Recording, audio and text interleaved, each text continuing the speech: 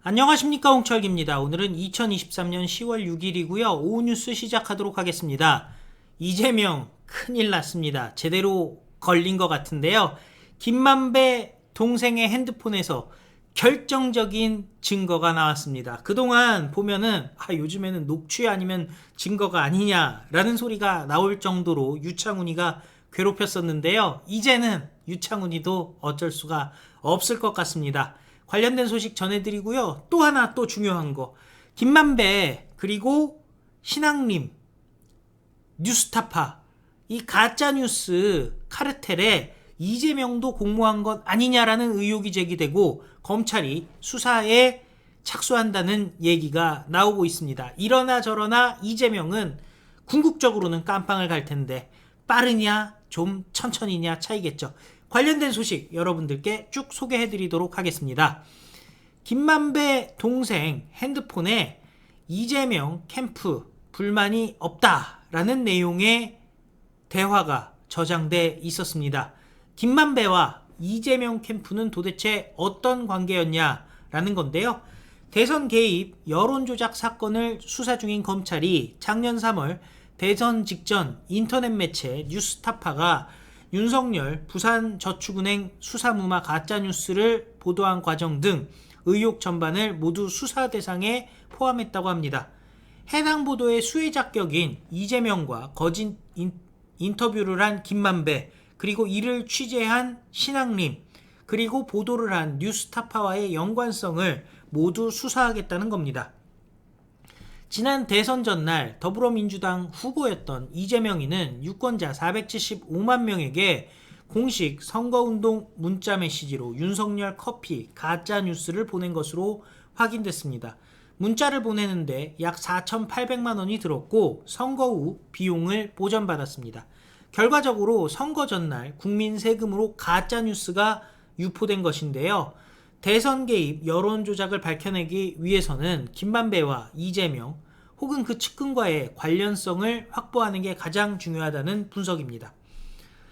월간조선에 따르면 김만배 측은 2022년 1월 10일 대장동 개발 사업 관련 배임 사건 첫 공판기일에서 성남도시개발공사의 대장동 민간사업자 공모지침 관련 이재명이가 안정적 사업을 위해서 마련한 성남시의 공식 방침을 따른 것이다 라고 했습니다.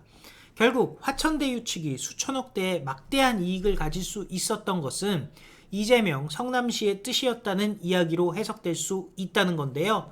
이 발언이 보도되자 민주당 선대위는 김만배의 변호인이 변론 때 사용한 이재명 지시라는 표현은 틀린 표현이고 성남시의 공식 방침이다 라고 표현하는 것이 맞는다라고 주장했습니다.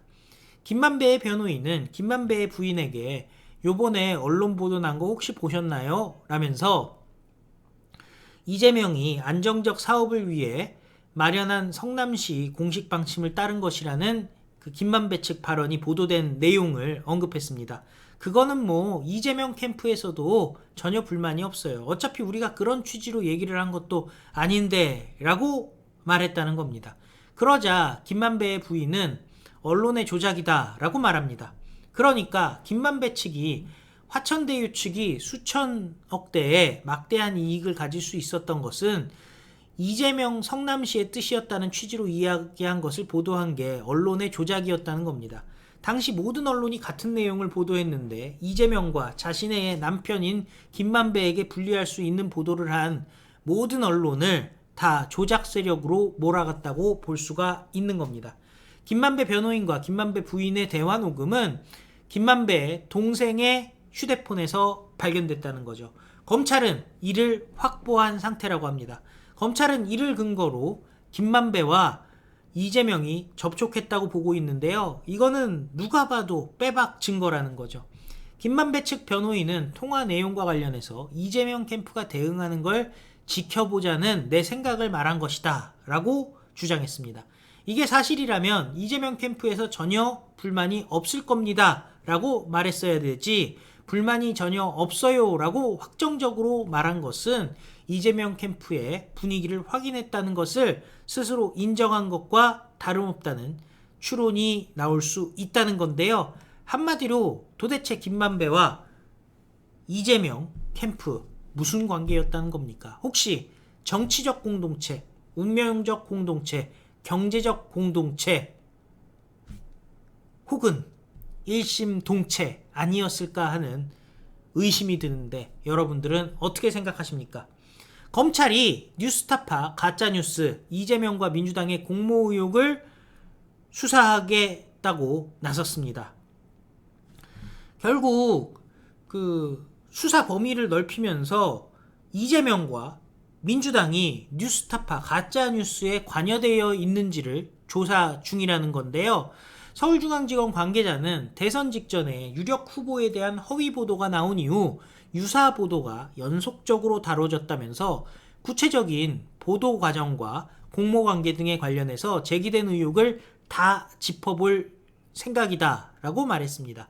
뉴스타파는 대선 사흘 전인 3월 6일 오후 9시 40분에 윤석열 후보가 검사 시절 화천대유 대주주 김만배의 일당의 부탁을 받고 부산저축은행 사건을 봐줬다라는 취지의 기사를 김만배 육성 녹음 파일과 함께 보도했습니다. 1시간 뒤에 이재명은 이걸 어떻게 알았는지 페이스북에 해당 기사를 공유하면서 널리 알려주십시오. 적반하장 후안무치의 이 생생한 현실을 이라고 썼습니다. 이후 이재명이 어떻게 빨리 알았는지는 모르지만은 그 이후에야 경향신문, 한겨레, 오마이 등 좌파 성향의 언론사들이 인용 보도를 했던 겁니다. 윤석열 대통령에 대한 커피 타줬다 가짜뉴스가 온라인상에 확산되게 된 거죠. 그러나 신앙님이 진행한 김만배 인터뷰 내용은 허위였습니다. 인터뷰 직후 신앙님이 책값 명목으로 3권 1억 6,500만 원을 받은 사실도 드러났습니다. 서울중앙지검은 특별수사팀을 꾸려서 허위 인터뷰 관련 의혹을 수사 중입니다. 검찰은 이재명이 대선 하루 전날 가짜뉴스를 문자메시지로 유포한 행위도 수사선상에 올렸다고 합니다.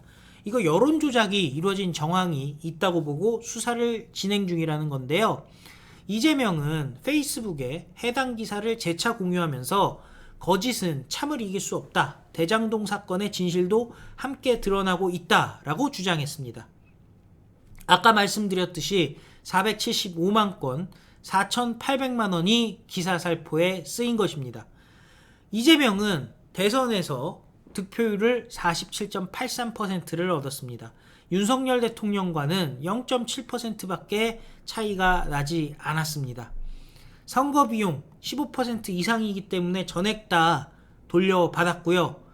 그리고 이를 동력으로 삼아서 당대표까지 되는 그 황당한 일이 벌어진 겁니다. 국회의원의 당대표까지 됐죠. 자, 이런 거대한 의심스러운 음모 밝혀내야 되지 않겠습니까? 그런데 다행인 것은 이재명 측에서 계속 얘기하듯이 증거가 없다, 진술만이다 하는데 점차 사실 검찰은 많은 증거를 갖고 있다는 것이 드러나고 있습니다. 빼박인 녹음 파일, 이번에는 뭐라고 할까요? 시청해주셔서 감사드리고 또 필요한 뉴스 여러분들께 다시 찾아뵙도록 하겠습니다. 이재명, 문재인, 기타 그 주변 세력들이 싹 다 깜방가는 그날까지 흔들리지 말고 윤석열 대통령과 함께 미래로 나갔으면 좋겠습니다. 다 같이 외치겠습니다. 우리는 승리합니다. 감사합니다. 안녕히 계십시오.